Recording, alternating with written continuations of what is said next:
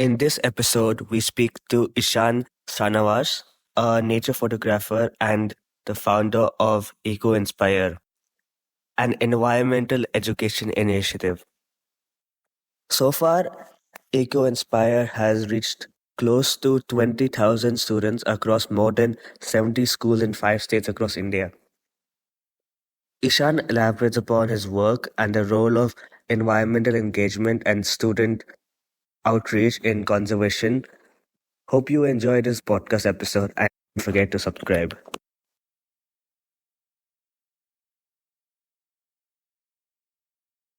So, welcome, Ishan, to the podcast. It's a pleasure to have you on today. Thank you. What sparked your interest in wildlife? I've been interested in nature and wildlife for as long as I can remember. My family would take a regular road trip multiple times a year from Bangalore to Calicut in Kerala. And this drive would have us go through Bandipur Tiger Reserve on the border of these two states. And I think that forest has played a major part in my interest today. I would literally just sleep during the entire ride. But once we reached the forest, I would perk up and I would just look at the passing vegetation to try and see what animals we could find. Along this time, I think seeing this interest, I was allowed to watch Animal Planet and Nat Geo on the TV back when cable TV was a thing. And I used to also read books on wildlife, read and also look at photo books, particularly like these books by naturalists and photographers, Valmik Thapar, Franz Lantic, and some of those like old greats. And when I looked at these images, I couldn't believe that these creatures actually existed on the planet. Like it was something out of this alien world. And I think looking at these things repeatedly and then finally going to a boarding school that was next to a jungle, I think this cemented my interest. And so, the boarding school, that's a whole conversation we can get into. But just living next to wildlife and waking up to peacocks instead of alarm clocks, that's what got me interested. I guess the peacocks calls were alarms for you. Yeah, that's what exactly. I used to wake up at 6:10 every morning from peacocks that used to call next to my hostel because my boarding school was nestled in like a forested valley in Andhra Pradesh. So I literally, like my hostel was right next to the forest. I would regularly see wild boar, hares, there was a couple of civets lying around and snakes, of course, so many. So you've been quite busy recently visiting schools and giving talks on wildlife conservation. What is this about and why do you think it is important to educate youngsters about wildlife and its conservation? That's a good question. This project, it's titled EcoInspire. Mission EcoInspire was born out of my bestselling book, The Lighter Wilder Thing. So I wrote this book. I published it a few months ago. This would be like in March, sort of April 2025. And I wrote it with many goals. One of them being to inspire younger folk to take up, the cause of conservation and at least start talking about nature and at least caring about it. And I realized that this message is just bouncing around in an echo chamber. So on social media, I share a lot of this work and I know that within the community, it's resonating a lot, but the goal is to get it to resonate with folks outside the community. And so I realized that the message is not reaching those that need to hear it. I've been fortunate enough to visit a lot of wild spaces and even live in one for 4 years at boarding school. But I don't think that's the case for most Indians, especially the younger generation coming up. And so I realized that I had to take the message to them. I had to meet them right where they were. And so what I've been doing under EcoInspire is going to different cities and speaking to them about nature and wildlife. Like I go to these cities and I tie up with schools and I hold these sessions for students, primarily like grade 6 to grade 12 students. So far, we've done around 7,000 students across a couple cities, Bangalore, Mysore, and so on. And Trivandrum is lined up, Mumbai is lined up, Chennai is lined up, Hyderabad is lined up. Even some like offbeat places like Gulbarga, which is a place in Karnataka.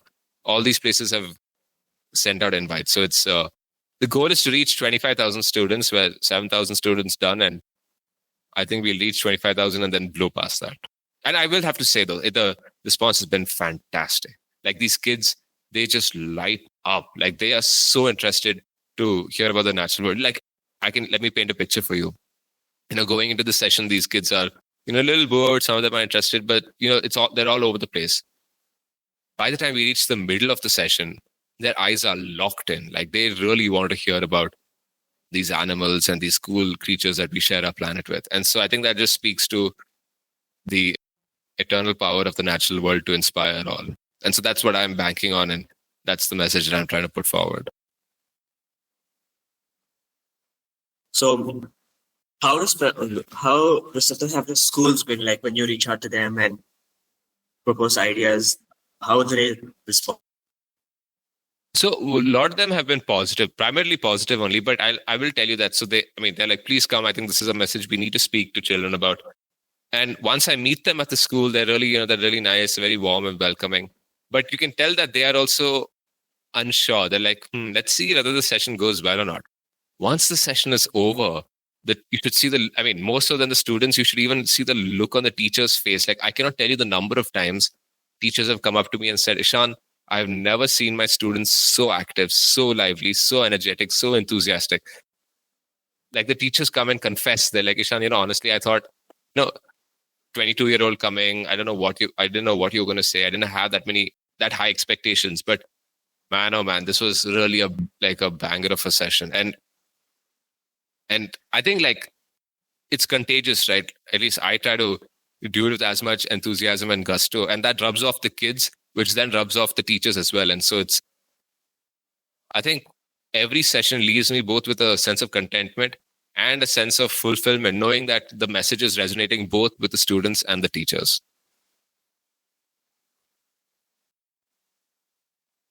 So with EcoInspire, do you plan on expanding beyond schools for your outreach? Like, do you plan on, for example, social media or other communities?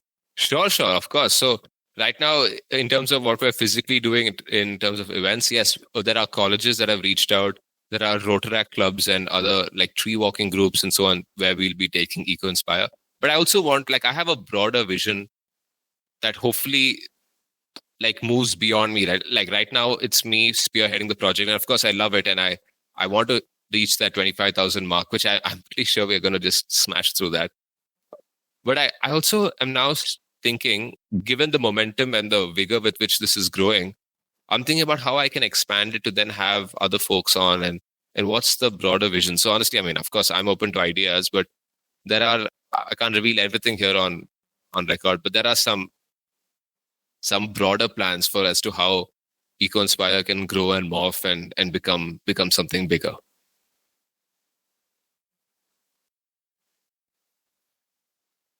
So you are also very active on social media with very informative content on conservation. So how effective of a tool do you think social media is for conservation? Oh, social media, I think in many ways is a neutral tool, and it can be used for good and for ill. The great thing about social media is that almost everyone has it. All of us are walking around with this, incredibly complex and powerful computer sitting in our pockets. And through social media, you can, jump into everyone's computers and speak to them through the screen. The idea that I started with, actually, to be honest, I didn't start out with any broader goal in mind. I just wanted to share something I thought people needed to hear it. And so I shared, I don't even remember what it was. Maybe it was something in the Himalayas, or it was some work that I'd done. I shared this. I talked about this. So, of course, I had this best-selling book, but even before that, I'd done 2 other books. And so I was talking about these field guides that I made.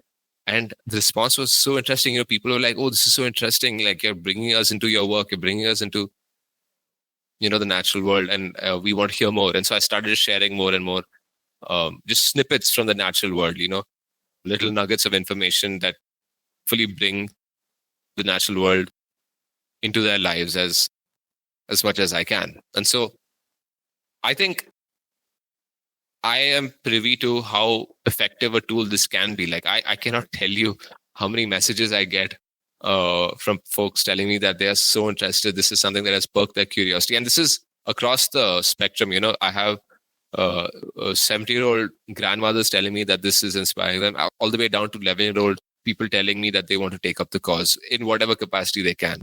And I think that just speaks to how how when the right message clicks and when the right message is told the right manner, social media can amplify it and make sure that a lot of people hear it. I will also say that social media is a bit of a dicey tool where I think some folks are, there are some people with the best of intentions that unknowingly share misinformation. And I think that is something to be cautious around. What do you think are some of the best practices while using social media for conservation? I mean, first of all, I think being quite like first of all, like knowing your facts, I think just not sharing something unless you're very sure of, and even if you by chance share something, even with the best of intentions, that turns out to be not right, then remove that video and acknowledge your mistake. I think those are some ethical guidelines I think we should all follow. As for I don't like sensationalizing as a concept, and I think this goes even beyond conservation. I think that's something we should push back against. But well thought out, simple messaging can reach the people that I think need to hear it. I think also maybe acknowledging that the person on the other end of the screen is not like you, perhaps doesn't speak the same level of language that you do, and so tailoring your speech accordingly is I think that's something that you should do. What I would love to see is more regional creators. A lot of people ask me to speak in Hindi or in Kannada, and while I do know those languages, I don't know them to the extent that I can talk about these issues in, like, I'm not that comfortable in either of those languages, or even Malayalam for that matter, to speak about these issues. But if local regional content creators, or if local regional conservationists take up social media and speak to folks in their particular language, I think the message can reach far and wide. So how do you think conservationists can improve their social media and digital marketing skills to support their own conservation project? Oh, this is a good question. I really think that a lot of conservationists and a lot of conservation messaging lives in an echo chamber. And that's because, number one, the messaging is very, very complex. There are these big words, fancy words that only people who are in the space will understand. But on the point, there's no point preaching to those who are already on your team, right? The idea is to get more people on board. Like, you want more people to board the conservation train. And so I think speaking in simple terms, not overcomplicating it, not talking down to your audience, but talking to your audience. I think that is a mindset shift that I would like to see in a lot more conservation messaging. I think there are also some people doing some really quirky, interesting things in terms of trying to communicate through memes and cartoons and through humor. So Rohan Chakravarti, I think everyone knows Rohan Chakravarti, the artist behind Green Humor. His art is fantastic, but it's also a very light yet powerful way of communicating conservation, through those comics. And for those of you who aren't aware of who Rohan Chakravarti is, I recommend you check him out. Green Humor and Rohan Chakravarti. His comics conveys the message in such a beautiful and interesting way. Even the Dole project, for instance, I want to shout them out. Some folks working on doles in Kerala, they have a lot of these interesting memes that they put out, which I think is a very effective way of getting conservation to resonate with people. And I would love to see more of that. And what have been some of the biggest challenges you have faced so far in your work? What work specifically? With all your outreach work and challenges. Yeah. I think challenges is a very heavy word, and I would not classify them as challenges. Yes, it's been a bit of a grind, but that's not a bad thing. I do enjoy the grind, and I think anything worthwhile is I mean, anything worthwhile demands some hard work. So I cannot answer that properly because I don't think anything I've faced is I don't think it carries the weight of the word challenge. Maybe yeah, it's been difficult. It has demanded some work, consistency and so on and so forth. But it hasn't really burdened me as such, which is something that I think accompanies the word challenge. And what about the best memories you had so far? Oh my God. There are some that I can't share on record. I can tell you maybe off record, but there are just the number of people I've been able to connect with. There are so many groups and so many people doing such interesting things, reaching out for my platform and so on. And of course, I give it to those that I think deserve it. There are so many people that I've been able to connect with because of social media. I think just last week, I can tell you, I was in Mysore. So I was invited to speak at the Mysore Literature Festival. And that's something that I got because of my work on social media. They found out about my best-selling book, and that's how they reached out. Then I got to meet up with some snake rescuers in Mysore. Again, incredible work they're doing to save the lives of these creatures. They reached out to me on social media. Then I went and met the Mariamma Charitable Trust, which is a trust working on human-wildlife conflict in Bandipur. Again, a forest that is so integral to my story. And I got to meet up with them, learn about their work, and do some work with them simply because of social media. So I think this is just a sliver of examples that I'm giving you. There are so many folks that I've connected with all through social media, and I think it's only going to grow. Yeah, that was the final question I had for you today. Thank you so much for taking time out for this. Yeah, thank you. It was a pleasure talking to you.